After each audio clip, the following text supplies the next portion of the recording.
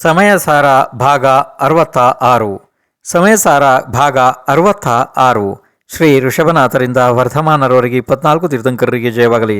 ನನ್ನ ಸಮಸ್ತ ಗುರುಗಳಿಗೆ ಜಯವಾಗಲಿ. ಈಗ ನೀವು ಸಮಯಸಾರ ಭಾಗ 66ರಲ್ಲಿ ಕೇಳ್ತಿದ್ದೀರಿ. 65 ಭಾಗಗಳು ಹಿಂದೆ ಮುಗಿದು ಹೋಗಿದ್ದಾವೆ, ಅದನ್ನು ಕೇಳ್ಕೊಬರ್ರಿ. ನೇರವಾಗಿ ಇದನ್ನು ಕೇಳೋದ್ರಿಂದ ಏನು ಗೊತ್ತಾಗ್ತಿಲ್ಲ. ಸಮಯಸಾರ ಭಾಗ 66. ಪ್ರಶ್ನೆ 880. ಗಾಥಾ ಸಂಖ್ಯೆ 248, 249ರ ಟೀಕಾ ಅರ್ಥವು ಏನು ಇದೆ? ಉತ್ತರ: ನಿಜವಾಗಿ ಜೀವನ ಮರಣವು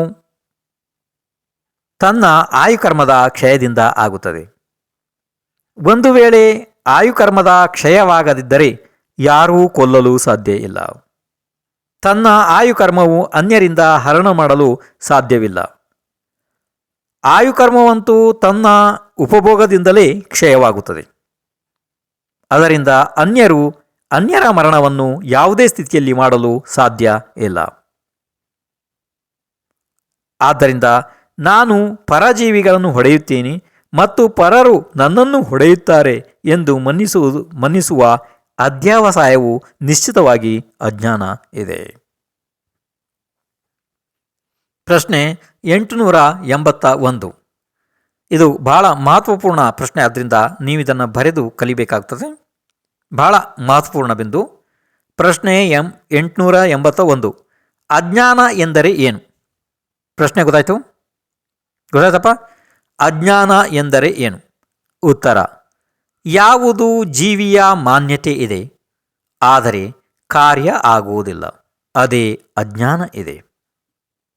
ಇದೇನಾದ್ರು ನಿಮಗೆ ಅರ್ಥ ಆಯ್ತಪ್ಪ? ಅಂದರೆ ನಮ್ಮ ಮಾನ್ಯತೆ ಯಾವುದೋ ಪ್ರಕಾರ ಇದೆ, ಆದರೆ ಆ ರೀತಿ ಕಾರ್ಯ ಆಗುವುದಿಲ್ಲ. ಅದು ಹೇಗೆ ಆಗಬೇಕು ಹಾಗೇ ಆಗ್ತದೆ ಅಲ್ವಾ? ಅದು ನಮ್ಮ ಅಜ್ಞಾನದಿಂದ ನಾವು ತಪ್ಪಾಗಿ ತಿಳಿತೇವೆ. ಅದು ನಮ್ಮ ಅಜ್ಞಾನ ಇದೆ ಅಲ್ವಾ? ಪ್ರಶ್ನೆ ಇನ್ನೊಂದು ಸಲ ಕೇಳ್ರಿ. ಪ್ರಶ್ನೆ 881. ಅಜ್ಞಾನ ಎಂದರೆ ಏನು? ಉತ್ತರ: ಯಾವುದು ಜೀವಿಯ ಮಾನ್ಯತೆ ಇದೆ, ಆದರೆ ಕಾರ್ಯ ಆ ರೀತಿ ಆಗುವುದಿಲ್ಲ, ಅದೇ ಅಜ್ಞಾನ ಇದೆ. ಪ್ರಶ್ನೆ 882. ಮರಣದ ವಿಷಯದಲ್ಲಿ ನಿಶ್ಚಯನಯದ ಕಥನವು ಏನು ಇದೆ? ಉತ್ತರ: ನನ್ನ ಮರಣವು ಬೇರೆಯವರಿಂದ ಆಗುವುದಿಲ್ಲ ಮತ್ತು ನನ್ನಿಂದ ಬೇರೆಯವರ ಮರಣ ಆಗುವುದಿಲ್ಲ. ಇದು ನಿಶ್ಚಯನಯದ ಕಥನ ಇದೆ. ಪ್ರಶ್ನೆ 883. ಮರಣದ ವಿಷಯದಲ್ಲಿ ವ್ಯವಹಾರ ನಯದ ಕಥನವು ಏನಿದೆ? ಉತ್ತರ: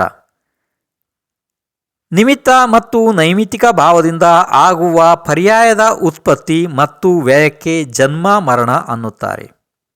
ಇದು ಯಾರ ನಿಮಿತ್ತದಿಂದ ಆಗುತ್ತದೆ, ಅದಕ್ಕೆ ಇವನು ಅವನನ್ನು ಕೊಂದನು ಎನ್ನುತ್ತಾರೆ. ಹೀಗೆ ಹೇಳುವುದು ವ್ಯವಹಾರ ನಯದ ಮಾತು ಇದೆ. ಅಂದರೆ ವ್ಯವಹಾರದಿಂದ ಈ ರೀತಿ ಹೇಳಲಾಗುತ್ತದೆ. ಪ್ರಶ್ನೆ 884. ವ್ಯವಹಾರವನ್ನು ತಿಳಿಸುವ ಉಪಯೋಗ ಏನು ಇದೆ? ಉತ್ತರ: ವ್ಯವಹಾರದ್ದು ಸರ್ವಥಾ ನಿಷೇಧ ಇದೆ ಎಂದು ತಿಳಿಯಬಾರದು. ಯಾರು ನಿಶ್ಚಯವನ್ನು ತಿಳಿಯುವುದಿಲ್ಲ ಅವರ ಅಜ್ಞಾನವನ್ನು ದೂರ ಮಾಡುವ ಸಲುವಾಗಿ ಹೇಳಿದ್ದಾರೆ. ಇದನ್ನು ತಿಳಿದ ನಂತರ 2 ನಯಗಳ ಅವಿರೋಧವನ್ನು ತಿಳಿದು ಯಥಾಯೋಗ್ಯ ನಯವನ್ನು ಗ್ರಹಣ ಮಾಡಬೇಕು. ಪ್ರಶ್ನೆ 885. ಮರಣದ ಅಧ್ಯಾವಸಾಯವು ಅಜ್ಞಾನ ಇದೆ ಎಂದಿದ್ದಾರೆ, ಆದರೆ ಮರಣದ ಅಧ್ಯಾವಸಾಯದ ಪ್ರತಿಪಕ್ಷಿಯಾದ ಜೀವದ ಅಧ್ಯಾವಸಾಯದ ಅಪೇಕ್ಷೆ ಏನಿದೆ? ಅಂದರೆ ಇಲ್ಲಿ ಪ್ರಶ್ನೆ ನಿಮಗೆ ಗೊತ್ತಾಗ್ತದೆ. ಮರಣದ ಅಧ್ಯಾವಸಾಯವು ಅಜ್ಞಾನ ಇದೆ ಎಂದು ಹೇಳಿದ್ದಾರೆ. ಅಂದರೆ ಮರಣದ ನಮ್ಮ ತಿಳುವಳಿಕೆ ಇದೆಯಲ್ಲ, ಇದು ಅಜ್ಞಾನ ಅಂತ ಹೇಳಿ. ಆದರೆ ಮರಣದ ಅಧ್ಯಾವಸಾಯದ ಪ್ರತಿಪಕ್ಷಿ ಅಂದರೆ ಅದರ ವಿರುದ್ಧ ಜೀವದ ಅಧ್ಯಾವಸಾನ ಅಂದರೆ ಅಧ್ಯಾವಸಾಯ ಏನು ಇದೆ? ಇದಕ್ಕೆ ಉತ್ತರ ನೋಡಿ. ಉತ್ತರ ರೂಪವಾಗಿ ಆಚಾರ್ಯ ಶ್ರೀ ಕುಂದಕುಂದರು ಸಮಯಸಾರ ಮಹಾಶಾಸ್ತ್ರದ ಬಂಧ ಅಧಿಕಾರದ ಗಾಥಾ ಸಂಖ್ಯೆ 250 ಹೇಳುತ್ತಾರೆ, ಕೇಳಿರಿ. ಈಗ 250 ಗಾಥಾ ಸಂಖ್ಯೆ ಬರ್ತದೆ, ನೋಡ್ರಿ. ಜೋ ಮಣ್ಣದಿ ಜೀವೇಮಿ ಯಾ ಜೀವಿ ಜಾಯಮಿ ಪರೇಹಿಂ ಸತ್ತೇಹಿಂ ಸೋಮೂಡೋ ಅಣ್ಣಾಣಿ ನಾಣಿ ಎತ್ತೋದು ವಿವಿರಿದೋ. ಈಗ ಈ ಗಾಥೆಯ ಅರ್ಥವನ್ನು ಹೇಳುತ್ತಾರೆ, ಕೇಳಿರಿ.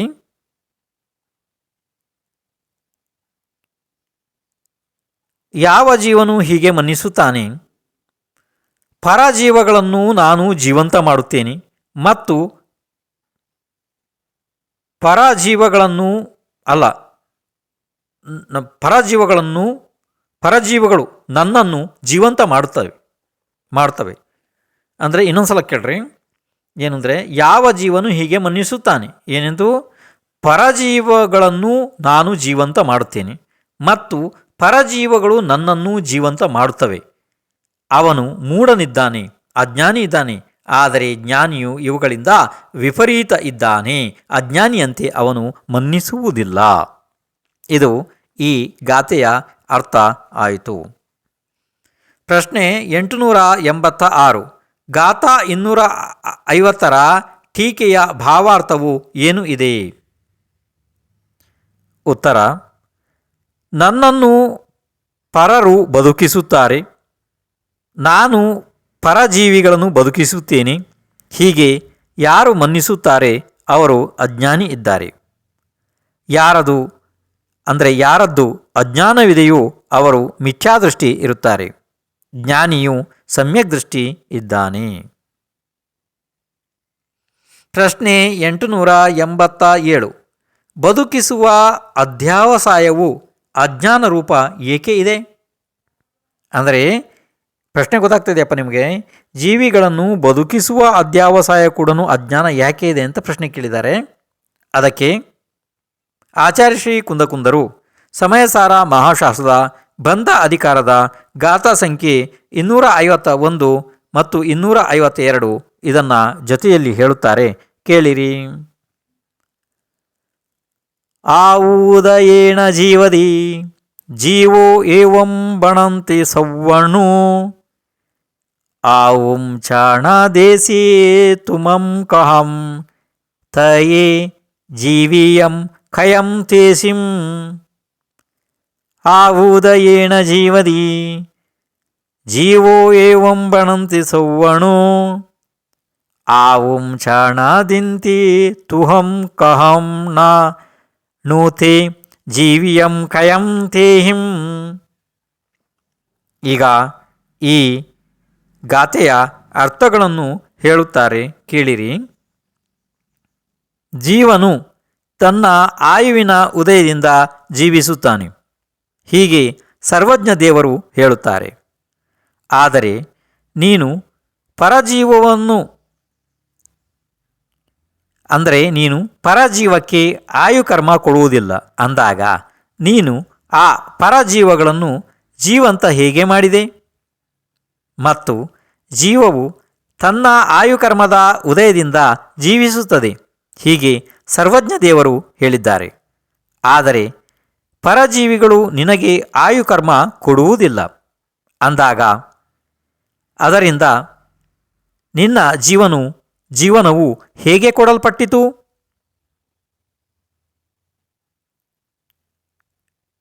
ಇದು ಗಾಥೆಯ ಅರ್ಥ. ಈಗ ಪ್ರಶ್ನೆ 888. ಗಾಥಾ 251 ಮತ್ತು 252ರ ಟೀಕೆಯ ಅರ್ಥವು ಏನು ಇದೆ? ಉತ್ತರ: ಜೀವಿಗಳು ಜೀವಂತವಿರುವುದು ಅವುಗಳ ಆಯುಕರ್ಮದ ಉದಯದಿಂದ ಇದೆ. ಯಾರು ಆಯುವಿನ ಉದಯದ ಅಭಾವವಾದಾಗ ಅವನ ಜೀವಂತ ಇರುವಿಕೆಯೂ ಸಾಧ್ಯ ಇಲ್ಲ. ಅಂದರೆ ಯಾರ ಆಯುವಿನ ಉದಯದ ಅಭಾವ ಆಗಿದೆ, ಅಂದರೆ ಸಮಾಪ್ತ ಆಗಿದೆ, ಅವನು ಜೀವಂತ ಇರುವುದು ಸಾಧ್ಯ ಇಲ್ಲ.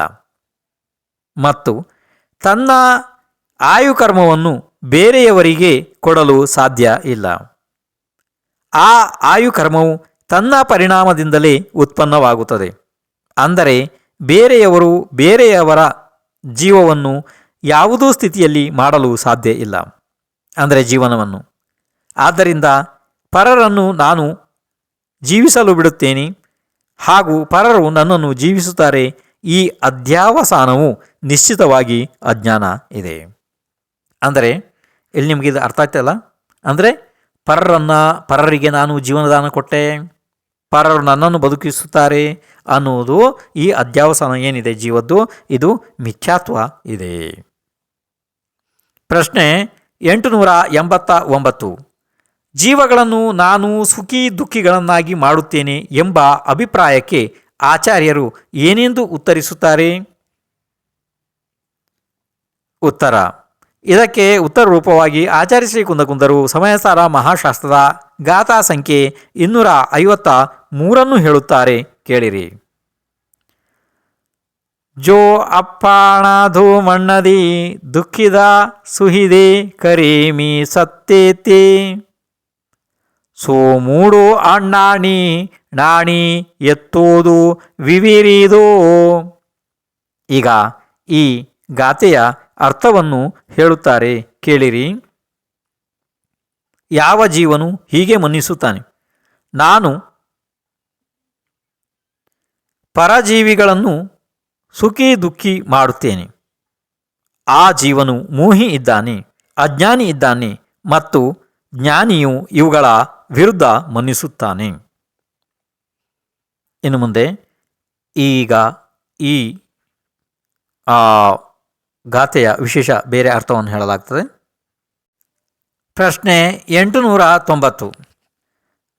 ಗಾಥಾ ಸಂಖ್ಯೆ 253 ಟೀಕಾ ಅರ್ಥವು ಏನು ಇದೆ? ಉತ್ತರ: ಪರಜೀವಿಗಳಿಗೆ ನಾನು ದುಃಖ ಕೊಡುತ್ತೇನೆ, ಸುಖಿ ಮಾಡುತ್ತೇನೆ ಮತ್ತು ಪರಜೀವಿಗಳು ನನ್ನನ್ನು ಸುಖಿ ದುಃಖಿ ಮಾಡುತ್ತವೆ. ಹೀಗೆ ಇರುವ ಅಧ್ಯಾವಸಾಯವು ನಿಶ್ಚಿತವಾಗಿ ಅಜ್ಞಾನ ಇದೆ. ಯಾರದು ಹೀಗೆ ಅಜ್ಞಾನವಿದೆ ಅವರು ಮಿಥ್ಯಾದೃಷ್ಟಿ ಇದ್ದಾರೆ, ಮತ್ತು ಯಾರಿಗೆ ಹೀಗೆ ಅಜ್ಞಾನವಿಲ್ಲ ಅವರು ಜ್ಞಾನಿ ಇದ್ದುದರಿಂದ ಸಮ್ಯಕ್ ದೃಷ್ಟಿ ಇದ್ದಾರೆ. ಪ್ರಶ್ನೆ 891. ಈ ಅಧ್ಯಾವಸಾಯಗಳು ಎಲ್ಲ ಅಜ್ಞಾನ ರೂಪವೇ ಹೇಗೆ ಇವೆ? ಇದಕ್ಕೆ ಉತ್ತರ ರೂಪವಾಗಿ ಆಚಾರ್ಯ ಶ್ರೀ ಕುಂದಕುಂದರು ಸಮಯಸಾರ ಮಹಾಶಾಸ್ತ್ರದ ಬಂಧಾಧಿಕಾರದ ಗಾಥಾ ಸಂಖ್ಯೆ 254, 255, 256 ಈ 3 ಗಾಥೆಗಳನ್ನು ಒಂದೇ ಸ್ಥಳದಲ್ಲಿ ಹೇಳುವವರಿದ್ದಾರೆ, ಕೇಳಿರಿ. ಕಮ್ಮೋದಯೇಣ ಜೀವ ದುಃಖಿದ ಸುಹಿದ ಹವಂತಿ ಜದಿ ಸವ್ವೇ ಕಮ್ಮಂ ಚಾಣ ದೇಸಿ ತುಮಂ ದುಃಖಿದ ಸುಹಿದ ಕಹ ಖಯಾಥ. ಕಮ್ಮೋದಯೇಣ ಜೀವ ದುಃಖಿದ ಸುಹಿದ ಹವಂತಿ ಜದಿ ಸವ್ವೇ ಕಮ್ಮಂ ಚಾಣಾದಿಂತಿ ತುಹಂ ಕಾದೋಸಿ ಕಹಂ ದುಃಖಿದೋತೇಹಿಂ. ಕಮ್ಮೋದಯೇಣ ಜೀವ ದುಃಖಿದ ಸುಹಿದ ಹವಂತಿ ಜದಿ ಸವ್ವೇ ಕಮ್ಮಂ ಚಾಣಾದಿಂತಿ ತುಹಂ ಕಹ ತಂ ಸುಹಿದೋ ಕದೋತೇಹಿಂ. ಈಗ ಈ 3 ಗಾಥೆಗಳ ಅರ್ಥಗಳನ್ನು ಹೇಳುತ್ತಾರೆ, ಕೇಳಿರಿ. ಎಲ್ಲ ಜೀವಗಳು ತನ್ನ ಕರ್ಮದ ಉದಯದಿಂದ ದುಃಖಿ ಮತ್ತು ಸುಖಿ ಆಗುತ್ತವೆ. ಹೀಗಿದ್ದಾಗ ನೀನು ಆ ಜೀವಗಳಿಗೆ ಕರ್ಮವನ್ನು ಕೊಡುವುದಿಲ್ಲ. ಅಂದ ಮೇಲೆ ಅವನನ್ನು ದುಃಖಿ ಹೇಗೆ ಮಾಡಿದೆ? ಅಂದರೆ ಅವುಗಳನ್ನು ದುಃಖಿ ಹೇಗೆ ಮಾಡಿದೆ? ಮತ್ತು ನೀನು ಅವರನ್ನು ದುಃಖಿ ಸುಖಿ ಹೇಗೆ ಮಾಡುವೆ? ಎಲ್ಲ ಜೀವಗಳು ಕರ್ಮೋದಯದಿಂದ ದುಃಖಿ ಸುಖಿ ಆಗುತ್ತವೆ. ಹೀಗಿದ್ದಾಗ ಆ ಜೀವಗಳು ನಿನಗೆ ಕರ್ಮವನ್ನು ಕೊಡುವುದಿಲ್ಲ. ಆದರೆ ಅವನನ್ನು ಎಲ್ಲ ಜೀವಗಳು ತನ್ನ ಕರ್ಮದ ಉದಯದಿಂದ ಸುಖಿ ದುಃಖಿ ಆಗುತ್ತಾರೆ. ಹೀಗೆ ಇರುವಾಗ ಆ ಜೀವಗಳು ಕರ್ಮಗಳನ್ನು ನಿನಗೆ ಕೊಡುವುದಿಲ್ಲ. ಅಂದ ಮೇಲೆ ಅವು ನಿನ್ನನ್ನು ಸುಖಿ ದುಃಖಿ ಹೇಗೆ ಮಾಡಬಲ್ಲವು? ಇದು ನಿಮಗೆ ಸ್ವಲ್ಪ ಸರಿಯಾಗಿ ಅರ್ಥ ಆಗಿರಲಿಕ್ಕಿಲ್ಲ, ಆದರೆ ಇದನ್ನು ಬೇರೆ ರೂಪದಲ್ಲಿ ಹೇಳ್ತೀನಿ, ಆವಾಗ ನಿಮಗೆ ಸರಿಯಾಗಿ ಇದು ಅರ್ಥ ಆಗ್ತದೆ. ಆವಾಗ ಪ್ರಶ್ನೆ 892. ಈ ಗಾಥೆಗಳ ಟೀಕೆ ಅರ್ಥವು ಏನು ಇದೆ? ಉತ್ತರ: ಸುಖ ದುಃಖಗಳಂತೂ ತಮ್ಮ ತಮ್ಮ ಕರ್ಮದ ಉದಯದಿಂದಲೇ ಆಗುತ್ತವೆ.